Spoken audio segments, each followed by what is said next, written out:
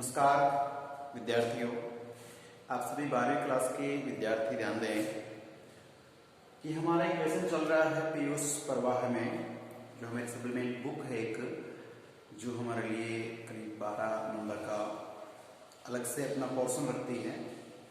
इस बुक में जो लेसन है लगभग हट भी गए हैं और जो शेष लेसन है उसमें से पहला पढ़ चुके हैं, दूसरा पढ़ रहे हैं। इसके बाद में 2 लेसन और बचते हैं, ठीक है। एक तो गौरव रहेगा और एक पढ़ेंगे हम राजस्थान का गौरव। राजस्थानी गौरव में थोड़ा सा जीके का पोर्शन है जो आपको भली बात याद हो जाएगा। और जो 2 लेसन पढ़ चुके हैं, दूसरा चल रहा है, लास्ट समाप्त हो जाएगा।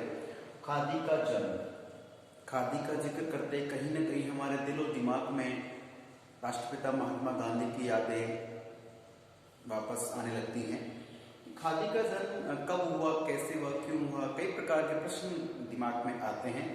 तो आप थोड़ा गौर फरमाइए कि जब गांधी जी 1915 में, यानी कि 9 जनवरी 1915 को गांधी जी भारत आए थे, काफी वकालत करके लेके, एक्सपीरियंस लेकर के।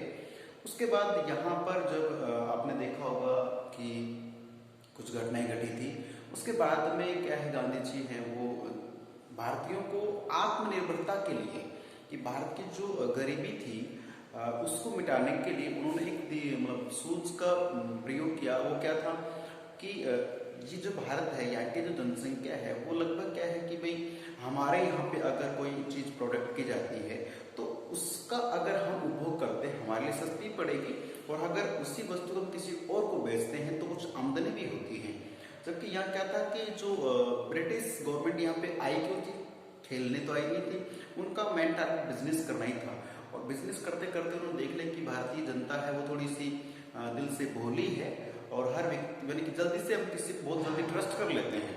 यही कारण रहा कि हमारी जमीन और हमारे देश के नियम कानून पे हमें ही जकड़ के रख दिया है और खुद का वर्चस्व कायम कर दिया उन्होंने।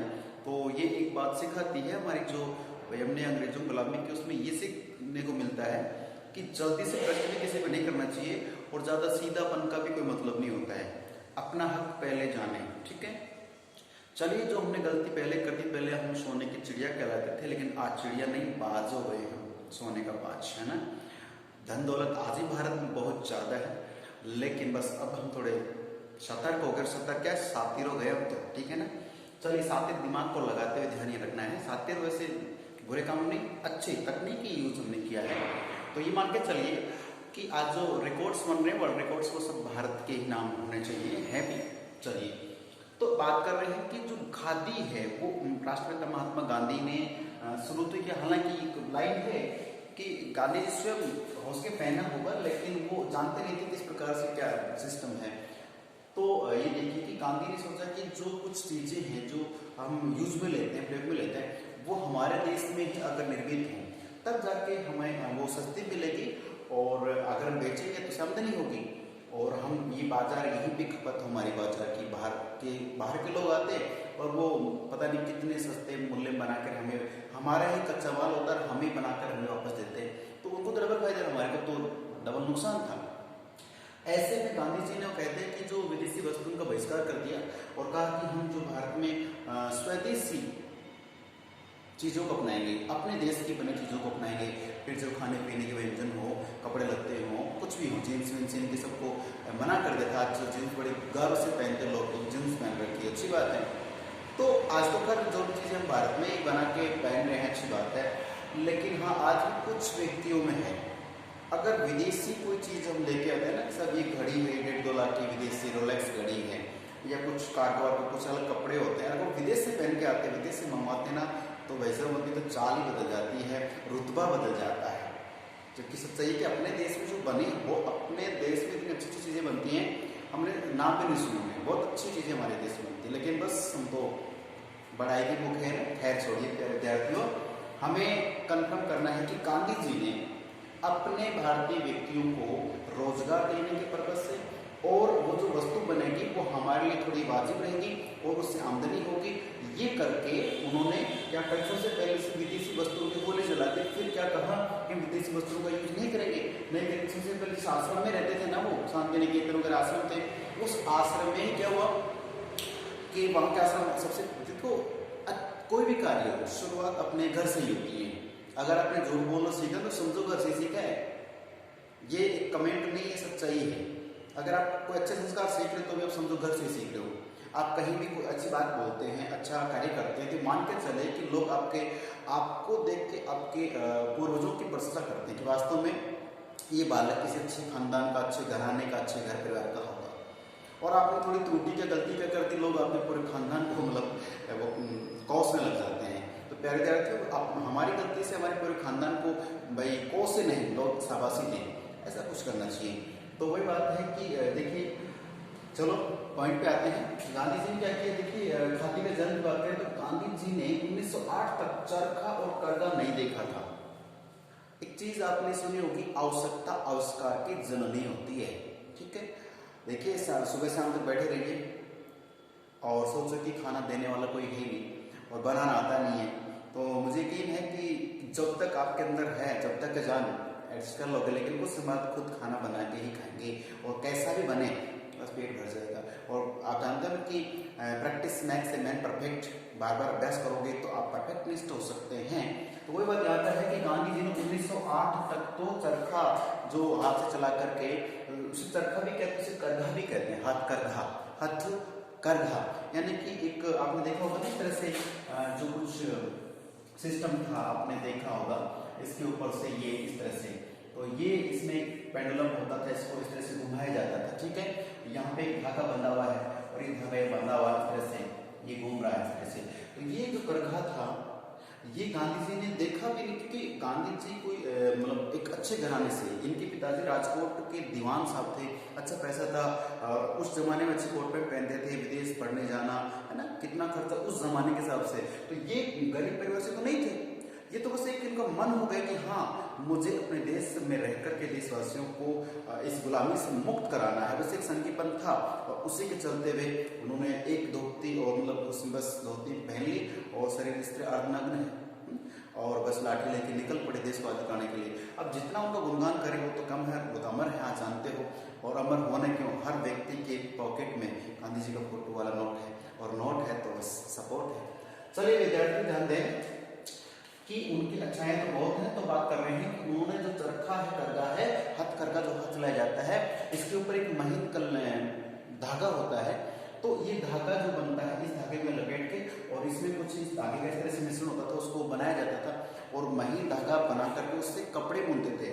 और ये धागा कातना, कातना शब्द अलग आता है, कातना जैसे आता है काटना, काटना नहीं होता है, धागे को काट रहे हैं, एक बहुत रस्सी सी है, उसको फिर हल्के हल्के से बल लगाएंगे तो बहुत महीन धागा बन जाता है। हम जैसे टेलर के पास गिट्टी या नलकी होती है ना, उसके जैसा धागा बन जाता है, उससे कपड़ा बनता है। अब कपड़ा बनने का कार्य जो है बुनकर, एक जाति थे बुनकर। ठीक है, जैसे आपने सुना होगा जुलाहा, जो कबीरदास जी के माता पिता के बारे में कहा जाता है, तो जुलाहा जाति है, उनका काम यही था कपड़े को काटने का, बुनने का, इस तरह से। तो बुनकर कुछ व्यक्ति जो कपड़ा बुनते हैं, उस धागे से कपड़े बनाए जाते हैं। तो ये जो बुनकर हैं, जो काटने से सिस्टम इसमें है। तो ध्यान दें कि गांधी जी 1908 तक चरखा करघा देखा नहीं है, अब देखा नहीं है और इन्होंने क्या कह दिया कि विदेशी वस्त्र बंद। अब जो आश्रम के विद्यार्थी देखिए, अब क्यों बात कर रहे हैं कि स्वराज्य प्राप्ति की आशा में चरखा आरंभ किया। अब बात ये करें कि तो देश में थोड़ी सी जो गरीबी थी उसको मिटाने के लिए, आत्मनिर्भर बनाने के लिए, प्रश्न का उत्तर ध्यान दें, आत्मनिर्भर बनाने के लिए, देश की गरीबी मिटाने के लिए, स्वरोजगार और स्वराज्य की प्राप्ति के लिए। ठीक है, तो ये स्वराज्य यानी अपना देश, अपना कानून होना चाहिए, विदेशी कानून में हम नहीं जिएंगे। तो स्वराज्य प्राप्ति के लिए और इसी के आशा में चरखा आरंभ कर दिया, चरखा गांधी ने रख लिया है और शुरुआत कर दी है। अब भाई समस्या ये है, चरखा ले तो है लेकिन चलाना भी तो होना चाहिए। कई बार हम अक्सर, आज तो घर बहुत एक्सपर्ट है हमारा इंडिया हर चीज में, पहले होता था, आज से करीब काफी सालों पहले बात करें, घर में एक व्यक्ति को बाइक चलानी आती थी। अब जैसे बाइक आती तो वो या अड़ोस पड़ोस में किसी को आती थी, उसको बुलाते वो चलाता था। फिर हम कैसे सीखेंगे, तो कोई भी नई चीज हो, चाहे मशीन हो, चाहे बाइक हो, कोई भी हो, उस सीखने के लिए किसी और का सहारा लेना पड़ता है। तो यहाँ गांधी जी चरखा लेकर चलाना आता नहीं, खैर आगे देखिए। चरखा या करघा जो है, मैं बार बार से लिख रहा हूँ ताकि आपके दिमाग बैठ जाए कि चरखे को करघा, हथकरघा कहा जाता है, इससे सूत काटने का काम किया जाता है। शुरू करने में बड़ी मुश्किलों का सामना करना पड़ा कि वो चरखा जो शुरू कैसे करे, कैसे कपड़ा बुने। और आश्रम में जो मिल मिल समझते हो कपड़ा बनाने के जो कारखाने थे, तो मिल का कपड़ा पहनना बंद कर दिया कि मिल में कपड़ा, क्योंकि ये जो मिल का कपड़ा था ना ये सब बाहर से आता था, विदेशी वस्त्र थे उनका मैटर था इसमें, तो मिल का कपड़ा तो पहनना बंद कर दिया लोगों ने। अब बंद कर दिया तो ऐसे में जो बाहर के बुनकरों से, चलो दूसरे बाहर थे उनका बंद कर दिया, अब जो बाहर के बुनकर थे उनका कपड़ा हमें बुनकरों से आश्रम वासियों को कपड़ा बनवाना पड़ता था, ठीक है, और ये काफी महंगा पड़ रहा है और पूरा भी नहीं पड़ रहा है। ऐसे में फिर क्या सोचे कि जो ये तो बुनकर थे ये महीन धागा होता था उसी का प्रयोग करते थे, और महीन धागा करने के लिए क्या करें, तो हाथ से काटने की बात थी। अब हाथों से सूत काटने की समस्या थी कि कौन है ऐसा जो हाथों से सूत काट सकता है, पूरा बना सकता है। ऐसे में काफी सर्च किया गया कि कोई ऐसा एक्सपर्ट मिस्त्री मिले जो तर्क को चला सके, और धागा तो कोई बना लेता इससे, लेकिन उसे बहुत बारीक करने का तरीका क्या था, वो तरीका किसी को नहीं आता था। तो काफी सर्च किया, इधर उधर तलाश की, और आप जानते हो कि किसी ने कहा है कि ढूंढने पर तो भगवान भी मिल जाते हैं। तो ये छोटा सा कार्य था, और प्यारे विद्यार्थियों यही सूत्र हमें याद रखना चाहिए। प्रैक्टिस जो होता है, अभ्यास जो होता है, वो हमें बहुत ऊंचाई पे पहुंचा सकता है।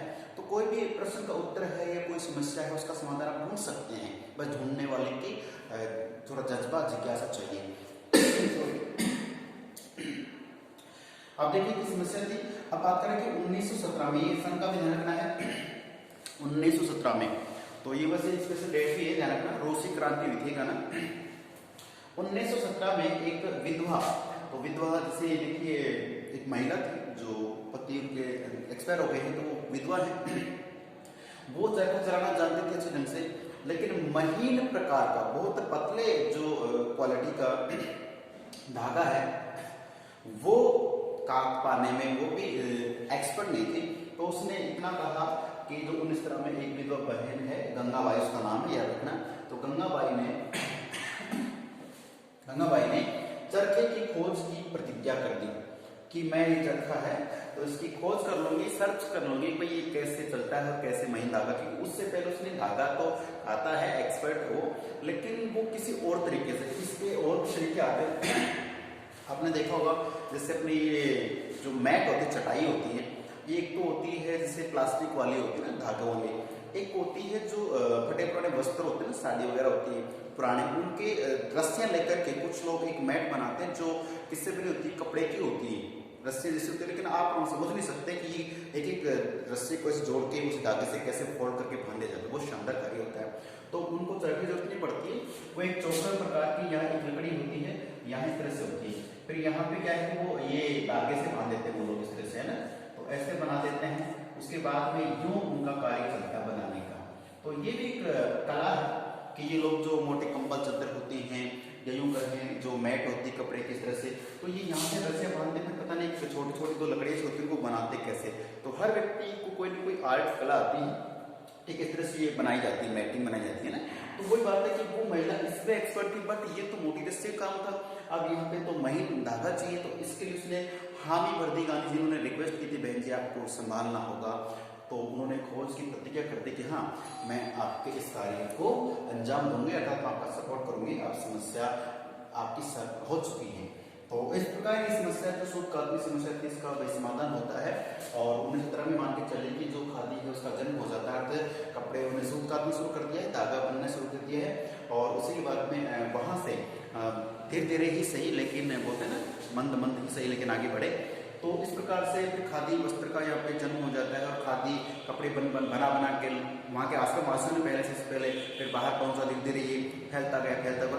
आज उल्टा है सिस्टम। उस जमाने में खादी को मतलब कम तवज्जो थी, कम माना जाता है, लेकिन आज ये मान के चलिए कि जो खादी जो वस्त्र होते हैं क्वालिटी वाले, वो या तो हमारे जो नेता लोग होते हैं जो जैकेट वगैरह पहनते हैं कोटी से, मोदी जी की कोटी वाले प्रसिद्धि बात करते हैं, तो ऐसे कि तो ये मान के चलिए कि खादी अपने जयपुर में मतलब एक मेला भी लगता है खादी का, और वो बहुत महंगे मिलने लग गए हैं। और ये मान के चलिए जो अच्छे पैसे वाले लोग होते हैं, उच्च क्वालिटी के लोग, वो लोग उससे पहनते हैं, बाकी लोग तो जैसा भी मिला हमने एडजस्ट किया चल लेते हैं। तो बात वो है कि आज भी खादी के वस्त्र बहुत चाह करके पहने जाते हैं, ठीक है। तो खादी का जन्म भारत में इस प्रकार से कैसे हुआ है, और अब तो समस्या का समाधान ढूंढने में बहुत कुछ प्राप्त कर लेते हैं। तो प्यारे विद्यार्थियों, ये दूसरा लेसन समाप्त हो चुका है। बहुत पॉइंट टू पॉइंट मैंने आपको समझा दिया है। अब कैसा भी क्वेश्चन आपको आंसर देने में कोई हिचकिचाहट महसूस नहीं होनी चाहिए। और बात करते हैं कि अब जो 2 लेसन रह गए हैं उसमें भी हम बात करेंगे। एक गोरा तो जो आपका पढ़ा हुआ ही बिल्कुल है और पढ़ लें उसे।